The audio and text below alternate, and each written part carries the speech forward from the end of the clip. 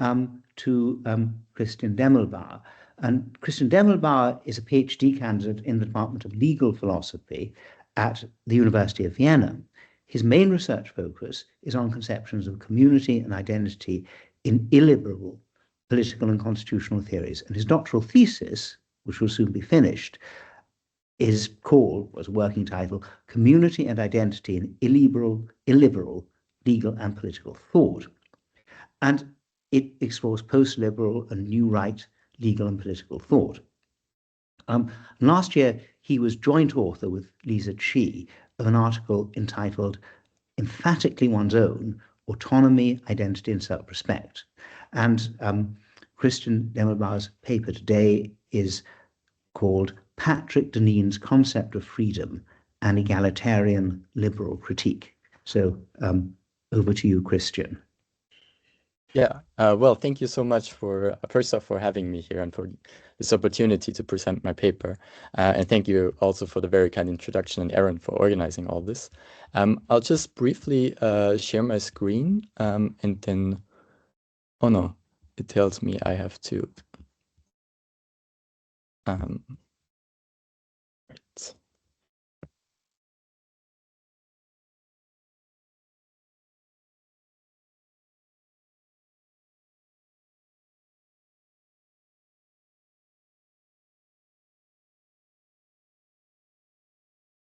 All right. It's not yet shared. No, I'm really sorry. No, don't you worry I at all. also No, have to. This is the first time I'm presenting on Teams, so I should have practiced this first. I apologize.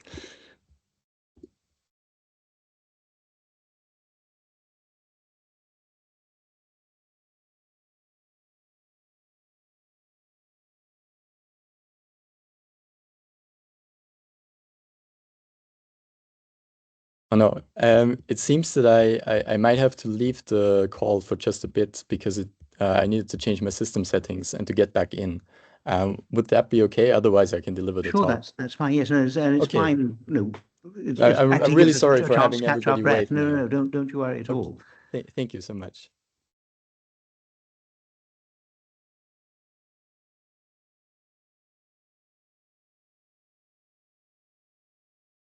I think the issue is Teams sometimes. It's not quite as user-friendly, I think, as Zoom. No, absolutely not. I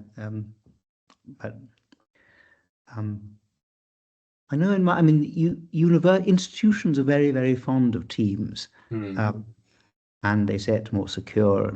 And I think, and what happens in Cambridge is the university insists on Teams so much so that your system is set up, and the first thing that comes up always, when you open it, is the Teams, and you're always being told this person is outside your, outside your institution and whatever. But actually, in my college, it was decided right at the beginning that we wouldn't use Teams and we use Zoom.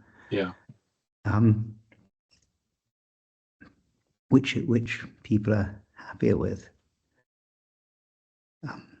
But we hope the Christian will be able to come back to us. Yeah, here's Christian again. Excellent. Now we can see everything. So thank you very much.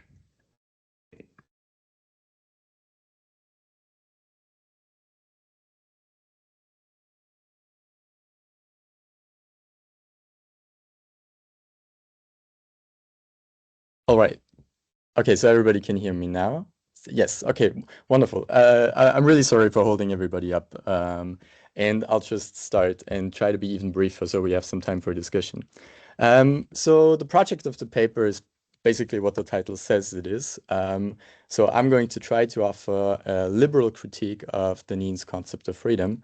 And like the whole point of the criticism I'm going to offer is more or less that his theory is more illiberal than it would have needed to be given his main concerns. So I hope it becomes clear what I mean by that as I go along. So the plan for the talk is first to briefly introduce what Deneen has to say on freedom, and on his political theory a bit more broadly. And then I'm going to offer 3 objections: the polemics objection, the identity politics objection, and the condescension objection. And I'm going to finish on a conciliatory note, offering some hopes for reconciliation from, as I said, a liberal perspective. All right, so I'm starting with just briefly recapping what Deneen says on freedom. So the basic premise of Deneen's concept of freedom is, of course, that he has a teleological view of human nature. And at least part of the human telos, according to Deneen, is reason's control over the agent. So it's the human telos is to follow reason, to govern oneself. And the way, I mean, of course, this is not an academic book, so a lot of analysis that I'm doing here is my stuff. But the way he introduces self-government is in 2 elements. The first element is strength of will. So Deneen repeatedly uses words like self-control and discipline to describe his concept of self-government. And the second element is its pursuit of the good. So freedom has a moral element. You're only free if you're trying to do good things, in other words. So this kind of freedom is hard to learn, says Deneen, because self-control and pursuit of the good, we're not born with it. It's not like we have it innately, but we need to be cultivated into acting freely in this way. And the social and political order, part of the purpose of the social political order is to enable the individual to be self-governing in this way. And the more broader telos of the political regime is collective self-government. So that's the basic outlines of Deneen's concept. And just to give you a quote that's intended to sum this up, and does so imperfectly. Liberty is the consequence of self-discipline, and in particular, free choice made on behalf of the good. All right, so that's the basic concept. In his later book, Regime Change, Deneen qualifies this concept and his political theory more broadly by introducing a distinction between elites and ordinary people. And that, like his concept of freedom, he takes from the classical tradition. And it holds basically that each regime is divided into 2 social classes. And he calls these, so Deneen calls these social classes by different names. So the elites, he also calls aristoi, if they're good elites, the ruling classes, or the ruling classes, or the few, and the people, he also calls the many, ordinary people, or the working classes. And he describes them quite, relatively in relatively much detail. So I just set out some differences that he mentions here. So Deneen says that elites and ordinary people, as I'm going to call them for the rest of this paper, which I hope will become clear why I'm doing that later, have different vices and virtues that they're likely to develop. So elites might be arrogant, whereas ordinary people might be base or resentful, according to Deneen. Elites might be sophisticated, they may develop refined tastes, whereas ordinary people may be down to earth if everything goes well. And they have different forms of characteristic wisdom. So elites have sort of expertise, and that's the term Deneen uses for modern elites, but it's a kind of sophisticated knowledge about particular areas, whereas ordinary people have common sense that they develop in experience. The most important difference, however, for our purposes here is that Deneen says that they have different conditions of flourishing, or at least that's what he hints at. For ordinary people, he's quite explicit here. He says that in order for ordinary people to live a flourishing life, to develop self-government, not to develop addictions to drugs and pornography, that is his repeated examples, they need continuity and stability. They need guidance by customs, or another word Deneen uses for this repeatedly is guardrails. Elites, by contrast, also need guardrails, says Deneen, but only to check on their ambition. When Deneen discusses elites, his focus lies much more on education and leisure. So they need to be well educated, they need to have the time to develop their refined tastes, the sophisticated knowledge, etc. So to sum this up, in a word, the few seem to be ordinary for Deneen, extraordinary for Deneen, and the many seem to be ordinary. And just to briefly illustrate this, Deneen kind of describes two institutions that may be characteristic for elites and ordinary people. So the characteristic institution where you would go to find elites is the university, and his ideal would be a liberal arts collegium where learned men cultivate wisdom together, and their job would be to train or to cultivate the character of future leaders, of the future ruling class. Deneen also discusses labor, but less explicitly than universities, but it seems to be clear that labor is to be carried out by the ordinary people, the working classes. And here too, he has kind of a model or an ideal with which he works. And the model is like workers in the trades, so electricians, plumbers, and farmers are the standard here, or the model here. And the ideal that describes to that, like what's valuable about that kind of work for Deneen is that they are acquainted with the natural limits of reality's malleability, so they're hands-on. That's sort of the idea. So I hope that gives you a broad picture of what the distinction is. So in all of this, Deneen is opposed to liberalism, and more specifically to the concept of liberty liberals have developed, or as he would say, their defective or deformed concept of liberty. So for liberals, in Deneen's view, the human telos is not self-government, but as he calls it, autonomy. And autonomy he explains as to do what one desires. So liberals think freedom is for people to do as they list, as that's one quote he takes from Tocqueville. This is very different from the concept of self-government, because it does not need training. It does not need to sort of to be cultivated. People follow their desires anyway. You don't need to teach them that. What they do need to follow their desires is they need to be free of constraints. So liberals, like a good liberal political regime, would liberate humans from their constraints. And Deneen focuses on two limits. So the first limits that liberals want to overcome, according to Deneen, is the limits nature sets. So this they do by developing science and technology. And the second element is the limits set by the obligations we derive from social relationships. So liberals promote the idea of government by consent, or by making all obligations or all social obligations depend on individuals' consent, and thus to liberate humans from all non-chosen social constraints, so to speak. And again, just a quote to sum this up, which of course sums this up imperfectly. Freedom is the most extensive possible expansion of the human sphere of autonomous activity. All right. So obviously there would be much more to say, especially about Deneen's critique of liberalism, but I'll leave it at that. I hope it will be enough for me to make my objections in what follows. So as I said, I'm going to address three objections to Deneen.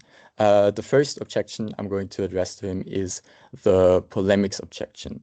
So the polemics objection holds basically, the polemics objection holds basically that the structure of Deneen's thought is polemic in a precise Schmittian sense, and that this structure leads him to misdescribe both the liberal concept of freedom, and I'm going to argue that it leads him to downplay an important part of what a classical conception of freedom might look like.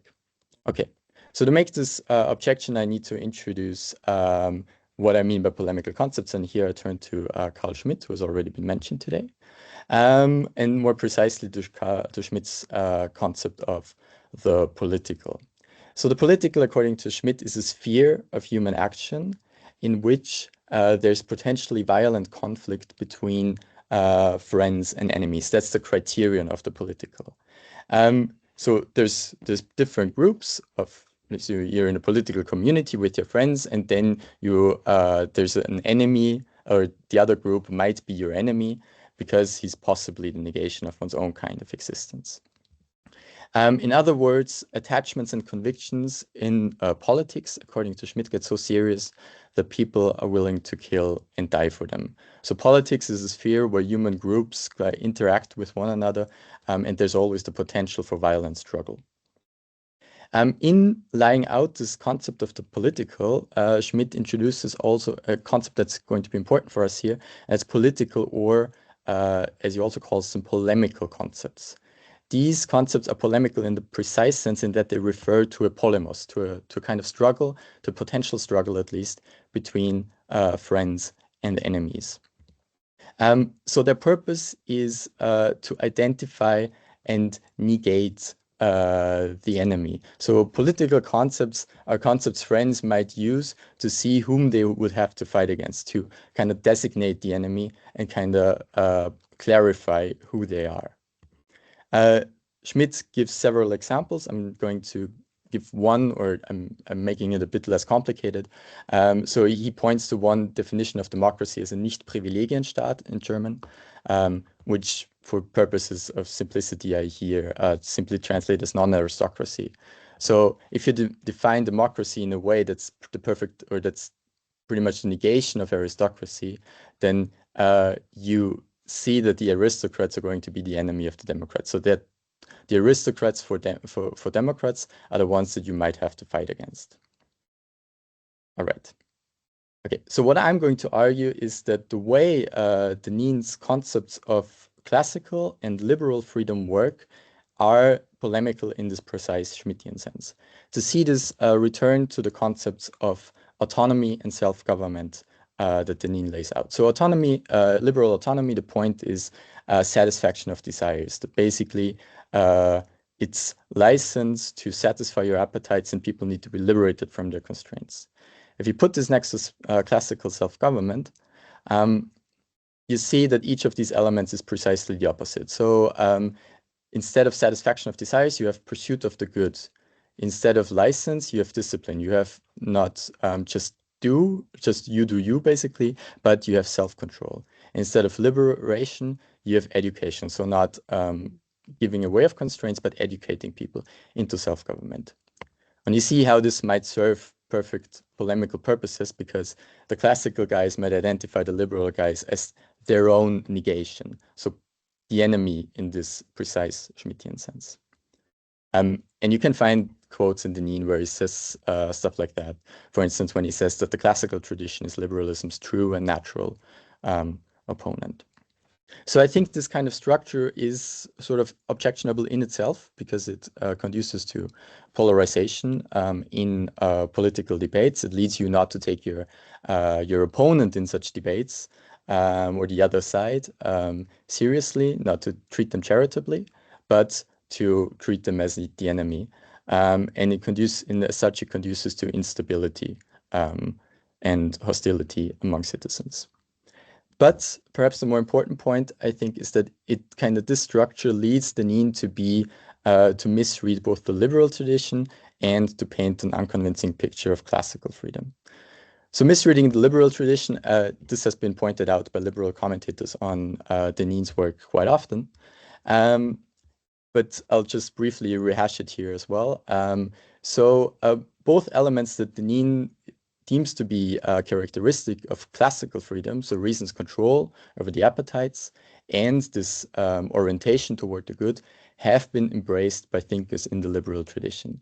So for reason's control over desires, I think the obvious candidate here is Kant. So Kant would agree with Deneen that if you follow your appetites, then you're not being free, then you're subject to the appetites. The appetites give the law which you follow, not yourself. By contrast, autonomy is following the laws of reason. It's giving the law to yourself, and that's, in Kant, a version of the government by reason, which I can't get into here.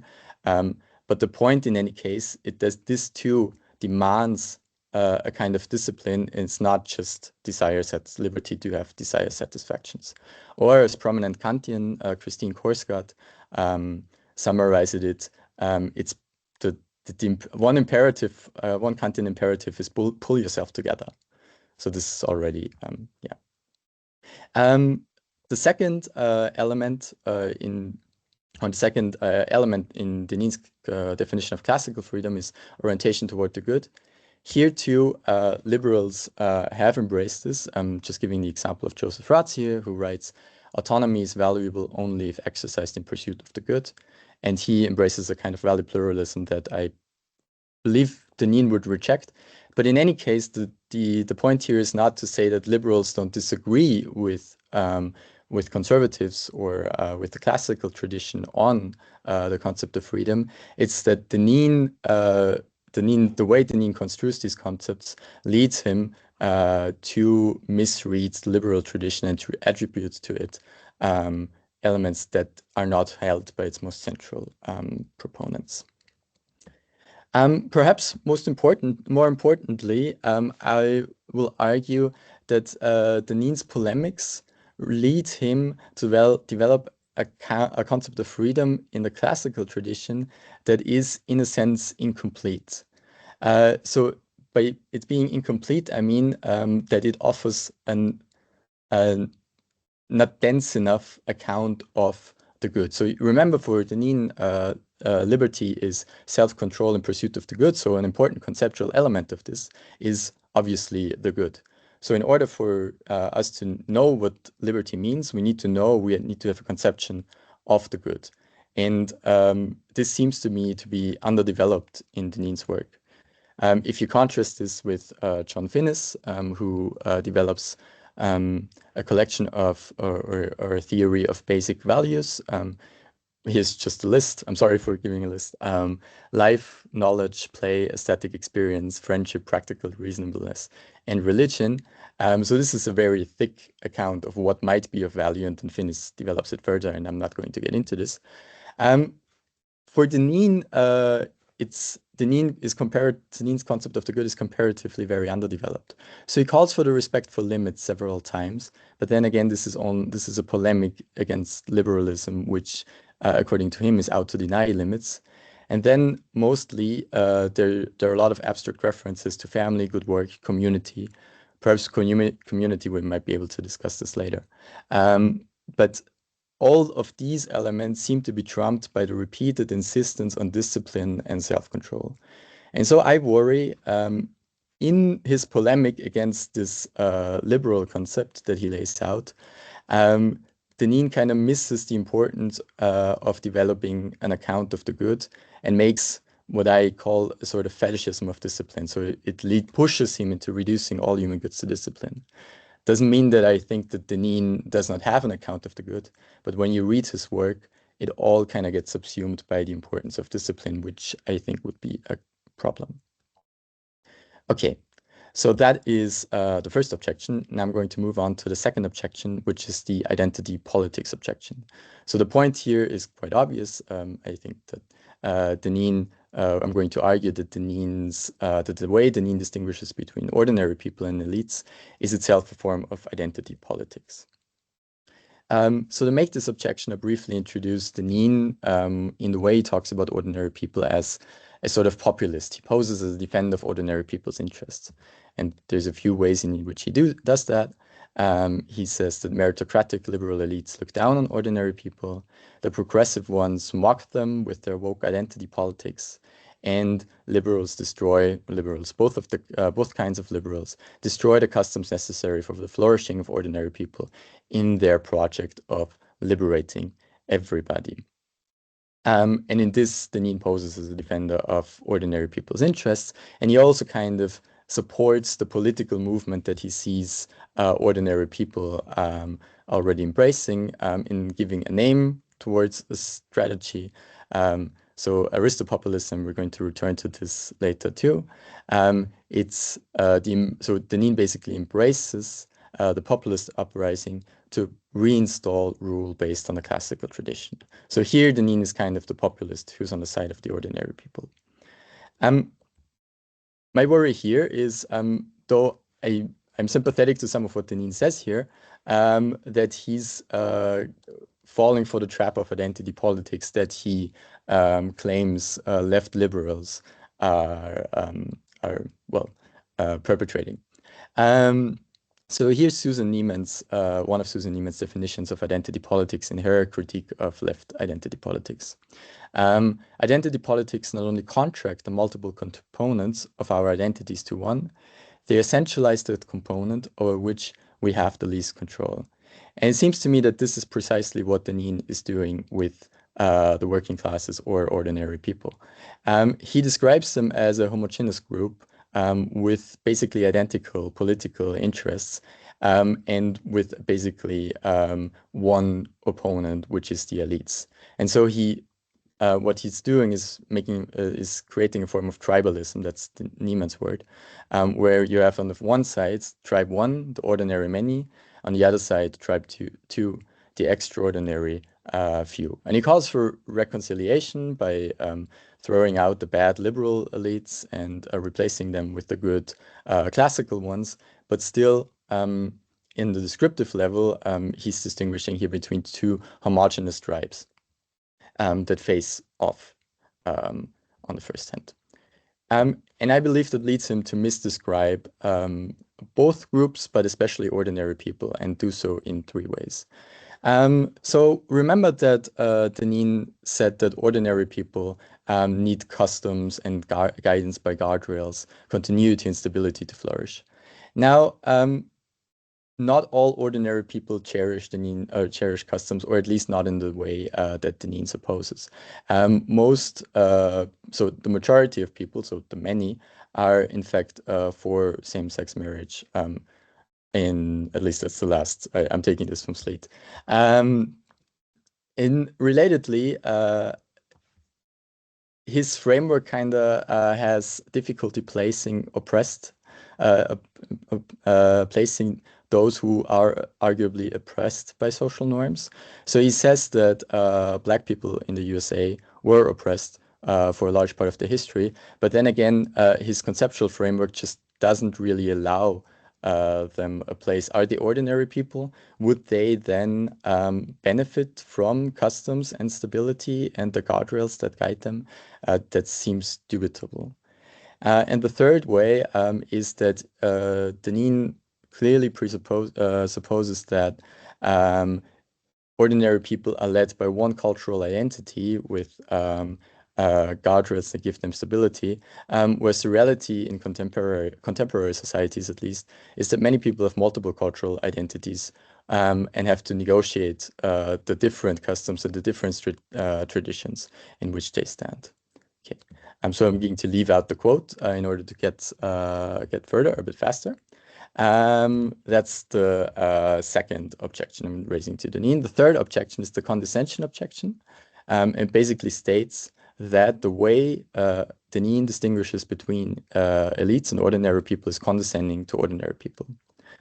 So in addition to the populist pose that Deneen strikes, he has also kind of aristocratic pose, where he talks about elites. He says that ideally they would be kind of motivated by a sense of noblesse oblige. And you see what this means when he compares this with when he compares their activities with those of ordinary people. So as we have seen, elites are associated with leisure and education. They think basically about how the society ought to be organized. Ordinary people, by contrast, are associated with work. They practice, they have common sense, they do the work. This influences Deneen's concept of democracy, which he says is not incompatible with aristocracy. And the one thing he says is that ordinary people contribute politically by following custom and by obliging the elites to respect those customs. What is rather implicit in this argument, but still there, is that is the supposition that elites formulate the laws. They kind of think what would be reasonable to do. In other words, they actually do the political thinking. And even when we turn to Aristopopulism, then Deneen does not just take the side of ordinary people, but he says that elites need to tame the potentially revolutionary passions of ordinary people. Ordinary people are going to turn to demagogues. Elites need to step in. The genuine aristoi need to step in to create a stable and classical government, so to speak. So my point is that this is a conception of elites and ordinary people that is condescending to ordinary people, because it basically supposes that elites take the reason part of the soul, the part of the soul that articulates reason, whereas ordinary people are basically associated with the part of the soul that ideally obeys reason. So in other words, elites think, ordinary people work, elites articulate reason, ordinary people follow it. I'll put this point a bit more controversially, if I may, in a fictional letter from Deneen's Aristoi. So imagine that Deneen's Aristoi actually throw out the liberal elites and come to power, and now they take over the institutions, and, well, they send a letter to everybody, or Deneen's ordinary people. I'll just briefly read it out. Dear ordinary people, we, the well-educated and leisured, the thinking class, have noticed that you, the masters, are not doing well. We see that you are disoriented. While formerly you were so faithfully at work ensuring the material subsistence of our society, you now worry about how to lead your lives and how to organize our societies. Since you lack both the education and the leisure to do so productively, you end up following irrational demagogues and become addicted to drugs and pornography instead of honoring the age-old customs that define the way you ought to live. We tell you, worry no longer. We, the elites, take on the burden of thinking again. We take responsibility for determining how to live, so you no longer have to. So go along your daily practices without thinking too much. Follow the laws we set out for you. In making them, we promise to respect your ways. This, after all, is true democracy. In the spirit of noblesse oblige, your Aristoi. So, of course, this is deliberately controversially put, and I'm sure that Deneen would have all sorts of things to object to this letter. But it seems to me to express that aristocratic attitude that goes through Deneen's work in a way, and that seems to me objectionable. All right. So that was it for my objections to Deneen. Now I'm going to briefly end on a conciliatory note and offer some hopes for reconciliation, so to speak. Liberals commenting on Deneen's work have often found quite a lot of things they like, especially left liberals. So they like his pro-worker stance. They like that he's concerned about family stability in local communities. They like that he tries to reinvigorate public spirit. So the idea of reinstating national service in the US has found support among liberals, and I think unsurprisingly. I too am going to add some things I like in Deneen at the end, because even if I object to the way he he puts the category of ordinary people, I think Deneen's work is still important in pointing to or in making a sort of cultural criticism where Deneen would rehabilitate ordinary goods. So liberal societies, according to this cultural criticism that I find in Deneen, myopically focus on high achievers like Taylor Swift, for instance, or emancipation from oppression. And in this, they forget ordinary goods and the virtues that are practiced in ordinary lives, such as thrift, gratitude, discipline, maybe just doing your job, all that sort of stuff. And obviously, I agree with Deneen that a just society needs to appreciate these ordinary virtues and these ordinary goods, enable people to live them. A second thing that got me thinking in Deneen's work, and where I think there's room for important discussion, is actually his discussion of prayer at the end. So he turns to Jean Danielou's book for this purpose, and if you read the chapter in Danielou, you really realize that by prayer is meant not one particular religious practice, but the more general religious practice of peacefully contemplating the wonders of the world, so to speak. And I think that Deneen is perfectly right in saying that this is an important human good for many, and that it needs particular social conditions that contemporary societies, in all their hectic and requirements to do good in our jobs and so on, may not be particularly good at providing people. So I think these are things, these are concerns in Deneen's work that are quite important and that liberals need to address. Well, fortunately, I think that liberals can address them and that it's important to talk about this, basically. So, of course, I can't work out a liberal theory of ordinary goods and of prayer now, just for ordinary goods, because I see that I'm running low on time. We might think whether, I think most of these goods would be included in royalty and primary goods, and that especially recognition might be something that for like ordinary virtues are something that the liberals would need to realize is justified as well. The case for the conditions for contemplation or prayer is perhaps a bit more complicated because it seems to conflict with secularism. So one element of secularism in a more complex story that I can't reconstruct here is that states may not coerce people into a vision of the good life. I think that policy supporting conditions for prayer may and may not coerce in this way, and thus be objectionable to liberals in principle. I think one example that Deneen mentions is blue laws or Sunday laws. I think we have this in Austria where you get where shops are closed on Sunday in order for the whole society basically to experience a calm day. And I think that's perfectly consistent with liberal principles and would actually be a good idea. So basically the conclusion here is only that liberals can and should take on some of Deneen's worries, and that there are important conversations to be had here. And that's it from me, and I really look forward to all your comments and to our discussion. Thank you so much. And that's just the references. Thank you very much indeed for that, and also for keeping so well in time. Now I'm scanning for hands, but since I don't see any, perhaps I start. And I mean, I think that Deneen might be able to defend himself a bit against your accusations of his misdescription of liberalism, in that, I mean, yes, of course, Kant doesn't fit into his description, but I think he'd say that the Kantian idea of autonomy is simply misused, used in a completely different sense in most discourse now.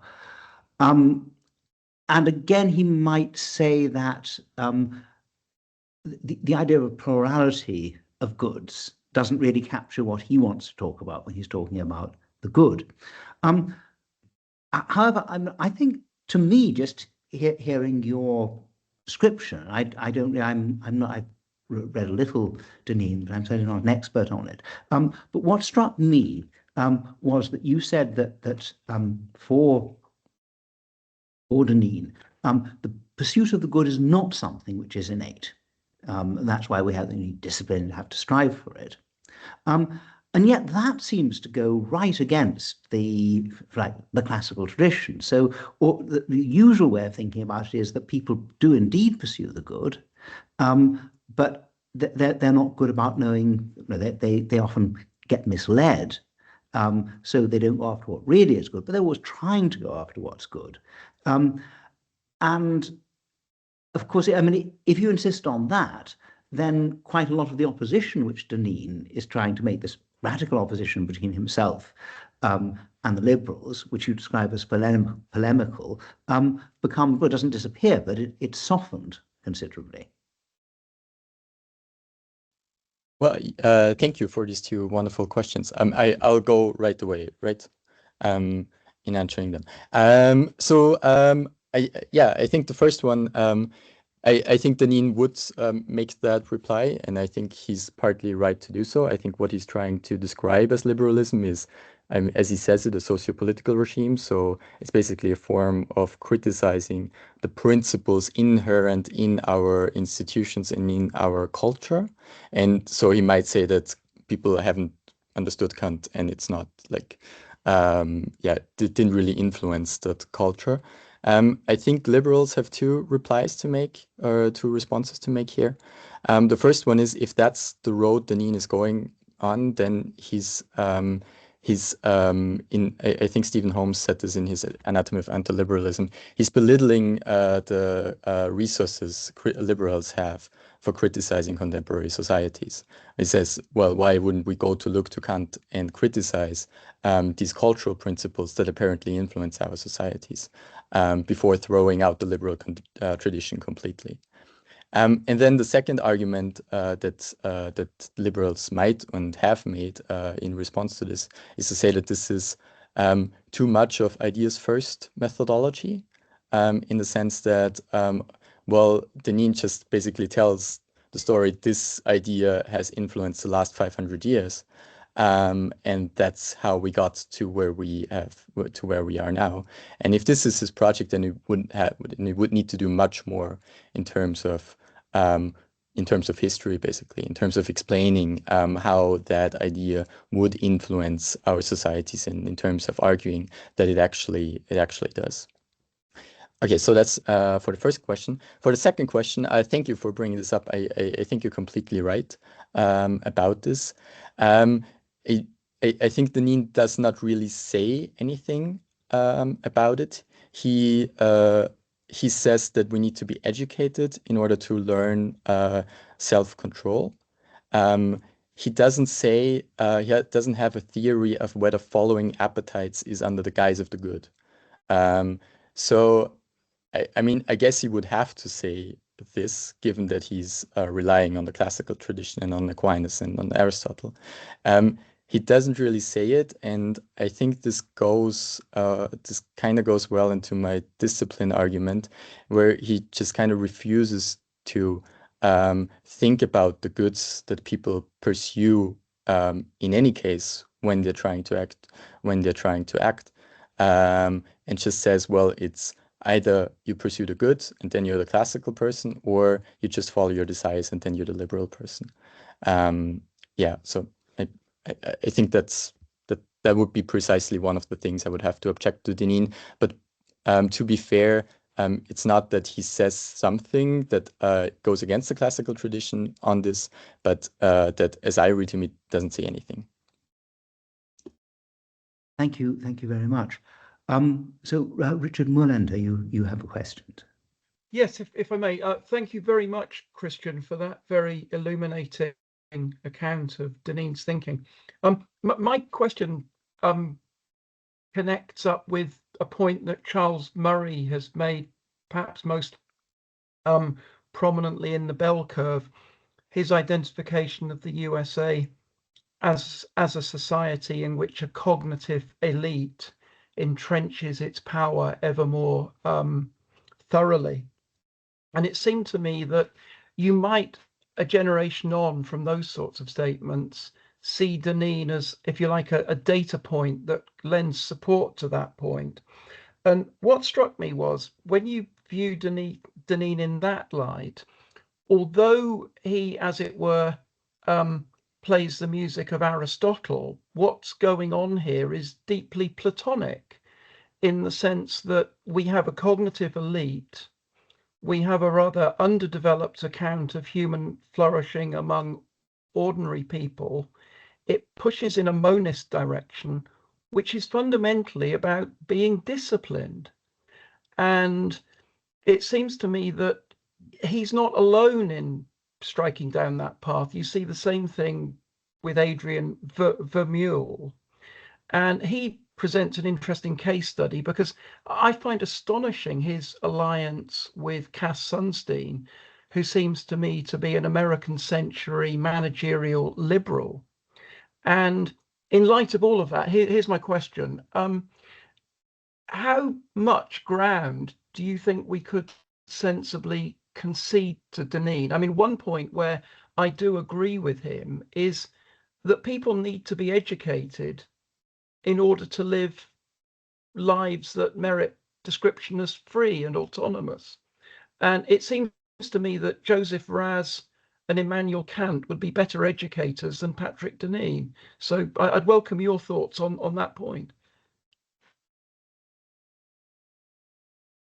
Well, on the last point, I'm in total agreement with you, especially concerning Kant, with whom I admire. So yeah, I guess I think the ground we can like that was your main question, right? The ground where we might concede ground to Deneen. I think a lot of what he says is perfectly in line with the liberal tradition, like especially like this education to be free. That's I think liberals could very well concede that. I also think that we might be able to concede some of his populist worries, as I said. So I mean, there's going to be a lot of descriptive disagreements here, I think. But when Deneen says that he's defining the common good as that which is needed by ordinary people, I mean, he's developing a sort of, without knowing it perhaps, developing a concept of ordinary goods that I'm honestly not sure of, and that I think is worth looking at. So I think there's a lot of ground to be ceded to Deneen. I think where there's and his policy proposals, and that's something that's been commented on by many liberals, are actually not that illiberal at all, like reinstating national service, supporting families. Like most people are for that. Liberals are for that. That's not anti-liberal in any obvious sense. I think where we need to push back, on the other hand, I think that's perhaps even more difficult to locate in Deneen, because a lot of what's making him so anti-liberal is his rhetoric. Is this juxtaposition of like liberals are the enemy, and the concept of autonomy is completely concepts of autonomy and neutrality are either ideological blinds, or they're pretty much just extreme license. And I think that's where liberals would and have disagreed stridently, and where they should do so. I hope that answers Thank you very the much. question. Yeah. That's very helpful. Thank you. Thank you. So, Andreas, you have a question, please. Oh, thank you very much. Also, thank you from my side for your talk, and Thomas' talk as well. It was really instructive. I have two kind of, I think, not very well thought through questions now spontaneously. One, I'm a study in my PhD populism and conservative politics in Japan, so I come from a very, I guess, different trajectory than most of the audience here. But in once I was wondering about Deneen's distinction between an educated elite and an ordinary people, or the mass. In what way does this differentiate from conservatism as or not conservatism, but as kind of the split articulated by philosophers like Ortega y Gasset, the Spanish philosopher, who also made this point from kind of a liberal, in my understanding, liberal point of view against kind of a totalitarian proletarian revolution. And I feel like that from a populist study point, it would be kind of okay, the populism would be a hegemonic move of calling the part of a populace or the plebs the popular, so turning the few that you represent into the many and everybody, so to speak. And so I think if you have this split between an educated elite and an ordinary people, this can never truly be a populist way, because you're not claiming to represent actually the will of the people. Rather, you are saying, okay, we create the will or we share maybe the will with a part of the masses, but then we kind of through power, modes or practices of force, of coercion, of consent creation, we turn it into what the ordinary people want. So it is kind of either a cynical kind of usage of what populism is, or it is kind of a authoritarian mode of governing.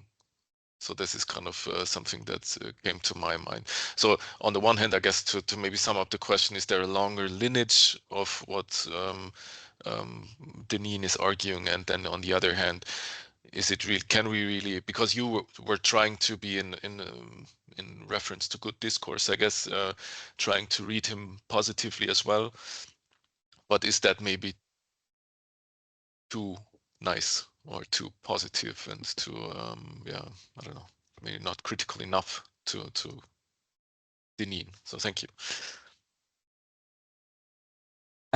Yeah. Thank you so much for this question. I was being charitable, and I think there's a whole other way of reading Deneen that makes I think your worry much clearer. So what I think the populists.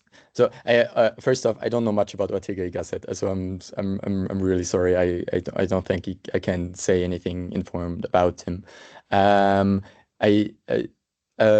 About Deneen's way of making the distinction between elites and ordinary people. I think I think some have read him to say that he's kind of championing the will of ordinary people, what it takes to be their what they think is good, and I think that's pretty obviously wrong. He's championing the interests of ordinary people as described and articulated by cognitive elites and partly by ordinary people themselves. So he's not completely clear on this, and I've tried to read him charitably, but I think if you read him uncharitably, what he's saying is, well, or like people like myself, Deneen, know very well what everybody needs, and we're going to tell you what that is. And so I think there's the lineages with aristocratic liberalism, I think, would be really, really interesting to investigate here. And one person who's interesting here is Richard Legutko, who draws a lot on this kind of aristocratic liberalism tradition, which you might say originates in Tocqueville or someone like that, and then includes Ortega y Gasset. Deneen doesn't do so explicitly, but I think that would be interesting to look at. What he's explicitly taking for his distinction between elites and ordinary people is people like Aquinas and Aristotle, and I think he's not reading them carefully, basically, or he's using them. That's yeah. Thank you. So Thomas, you have a question. Well, thank you very much, Christian. It's nice to see the dean so nicely treated by someone that he doesn't agree with him. My own question is related to the notion of the good and the notion of liberty that you find in Deneen. And coming from a French perspective, whenever I read him, it's really hard to distinguish his conception of the good or the common good and the French juridical conception of public order that is also substantive in many, many ways. The only part where we see a difference is where suddenly at the end of regime change, there is this surge of the prayer and Jean Danielou as okay.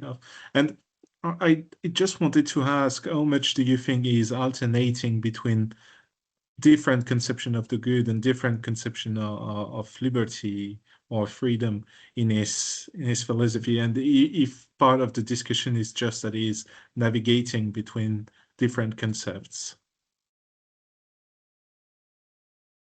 Thank you so much. That's a very interesting way of parallelizing Ordre Public and Deneen's common good. So I think the main distinction between them would be that Deneen's common good, although he focuses so much on ordinary people when articulating it. I'm sorry, I didn't talk about this very much in my presentation, but when is clearly objective.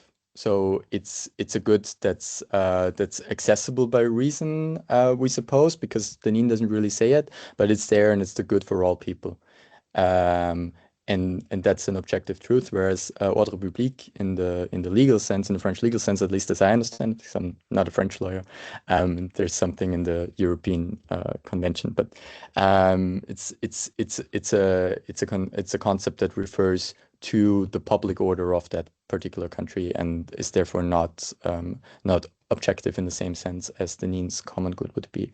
I think I